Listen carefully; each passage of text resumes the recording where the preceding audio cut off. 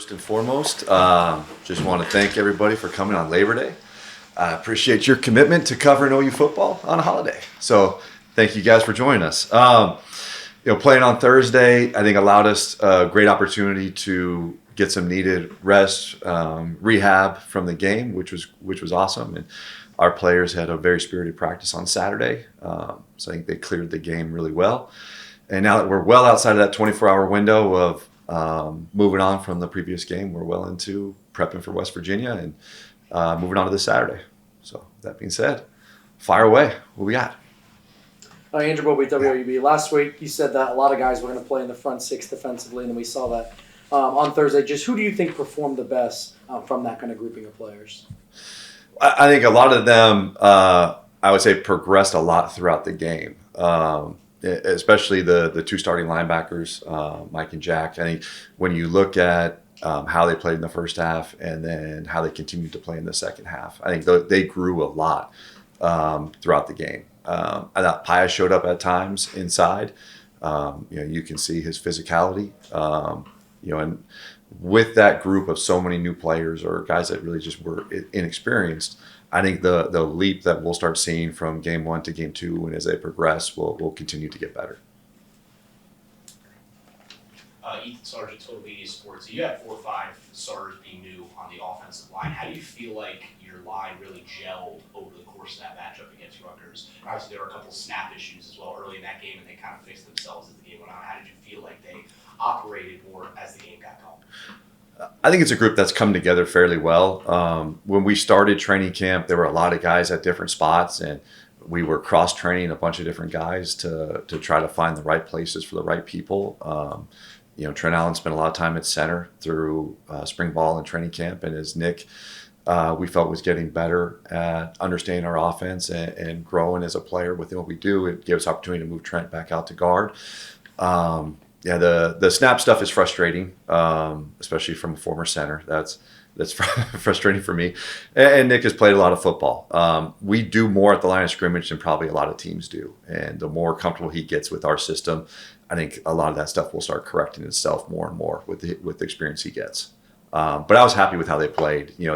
They embrace what we want to be as a team and as an offense, which is a tough, hard-nosed group that's going to play really hard, and I think that they did that. There were some MAs and things that are going to happen in a first game. Unfortunately, one of them really happened at a critical situation. So we just have to learn from those and grow from them.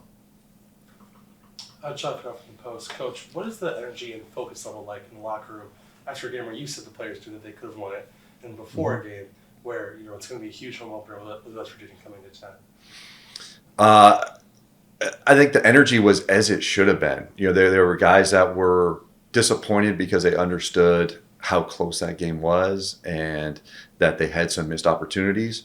And then at the same time, it was very supportive, and there was no finger pointing. There was no people within the room that appeared to be upset with their teammates or coaches or anything like that. It was the culture of the room was very good in that situation.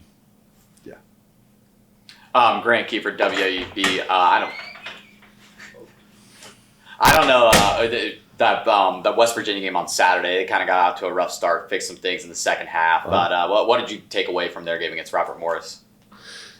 I was like you said, right? There was some turnover issues that they had, and that's things that may happen in a first game. So once they kind of settled down and were able to get things rolling, I think you saw what their potential is. And Rich Rod's a very good coach, and they're going to play fast on offense. They're going to play with a lot of tempo. He coaches his teams hard. They're typically going to be physical. They're going to live on running the football. So I appreciate the brand that he represents. Marty Bannister, Ohio Radio. West Virginia obviously ran a lot of tempo. Rutgers ran tempo. Any similarities from what you saw? I would say West Virginia is going to play at a much faster tempo than Rutgers did, for sure. I think that's more of what their culture is and who they are, what the coach wants to be. So there's more prep in that this week in terms of how we handle tempo, getting our calls in, getting the line faster, things like that. Cam Robinson, Athens Messenger. West Virginia brought in over 50 new players in the transfer portal. Week 1, offensively, I know they had a lot of guys moving in and out. Does that make it harder for you guys to evaluate this early in the season with only, one game on tape for them, kind of the guys that are going to stick out for you guys to key in on? For personnel, it does. It's interesting. When you're looking at so many different players from different places. So there's a lot that you're evaluating off of that first game. And then, the coordinator was not with him last year at Jacksonville State, so they ran similar schemes, concepts. So you're looking at stuff from Oklahoma, you're looking at stuff from Jacksonville State a couple years ago. We're looking at stuff from Jacksonville State from last year. So there's a lot of different ways to evaluate and try to gather information to determine what you might see. Who's going? You can go. You're next. Well, Okay. I'm sure with the post. You talked about the tempo the West Virginia runs. Mhm. Do you think that will ever speed up your offense? And you think with how little turnovers and no sacks allowed this past week, do you think that will ever speed up Parker, your offensive line, and help induce those things? So we have tempo. We have the ability to go faster at times. We'll use it more strategically. It's not something that right now we just kind of live by. It's more of a way to change pace, and it can be good to get you out of a funk sometimes, is just lining up and playing faster. Or if there's something that you see within how a defense is playing. The thing that I think has been really good for us the last 3 years is how complementary we've been offensively and defensively, where our defense has been very good at stopping the run and eliminating explosive plays. And offensively, we've been very efficient, and we've really dominated clock, and that helps keep them off the field. And I think that's a big reason why we've won so many games. And Kind of build off his question. How much does the bowl game help within preparation, since you've kind of seen a Rich Rod-led team already in the last couple of games? I mean, it helps on both sides, right? They have film of us playing against some of their schemes too. So they have some awareness of, things that we liked on both sides of the ball or how we were going to adjust to them. So it goes both ways. It helps us to have some experience with them and know some things that we did like or thoughts that we had. There's things that we did not get to in those games that now we can come back to.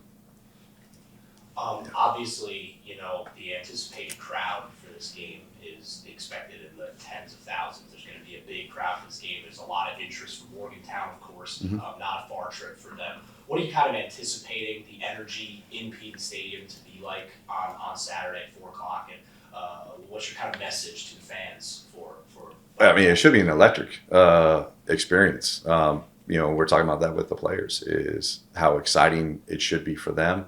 I know we're expecting it to be the largest capacity that we've had in the stadium. And it'll be unique because there will be a good group from Morgantown, and so it should be very exciting. And I think it's a great time for our football program. Coming off a championship year, to have the opportunity to play in a game like this and that type of atmosphere at home is awesome. How much focus in practice so far have you guys put on just doing the little things, right? Obviously, you had a couple of little mistakes that cost you in that game against Rutgers. So just how much emphasis has been put on doing those things right? You're emphasizing that every single day. That's constantly talked about, reinforced. That's a huge part of what we are, who we are. Brian, what stood out from the first half defensively effort to the second half defensive effort at Rutgers? I think the defensive staff made some adjustments to try to put a little more pressure on the quarterback in some different ways. And I think the things that showed up the most was just our guys getting more comfortable playing that hadn't had as much experience. So you're seeing guys that, as the game went on, they started playing faster, and we're able to play more physical because of it. I mean, that's kind of obvious, wasn't it? You could kind of see that coming as the second half went on. Yes. Everybody was Yeah. comfortable. Absolutely.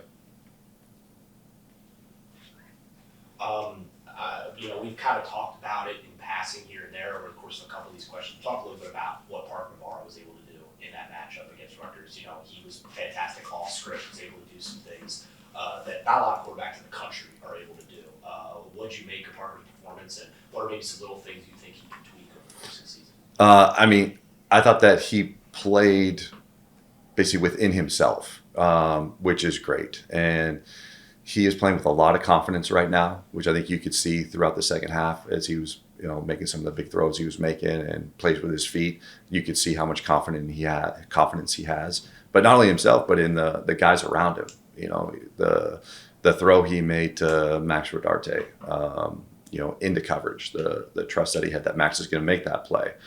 And I think the receivers made some big time plays for him too. The catch Ian Pugh had on the sideline, the catch that Chase Hendricks had on third down early in the game with someone on his back. I think that fuels a lot of his confidence too, which is something that he's needed because he, losing the connection he had with Coleman, he's had to really develop some great relationships with the rest of the group and develop a lot of trust with them. And I think that showed on Saturday night. But you can see his experience and how he's grown as a player and how he can anticipate things faster. And I think what the things that we can do with him with his feet and how he can escape a pocket that might be collapsing on him and make plays with his feet is challenging for a defense.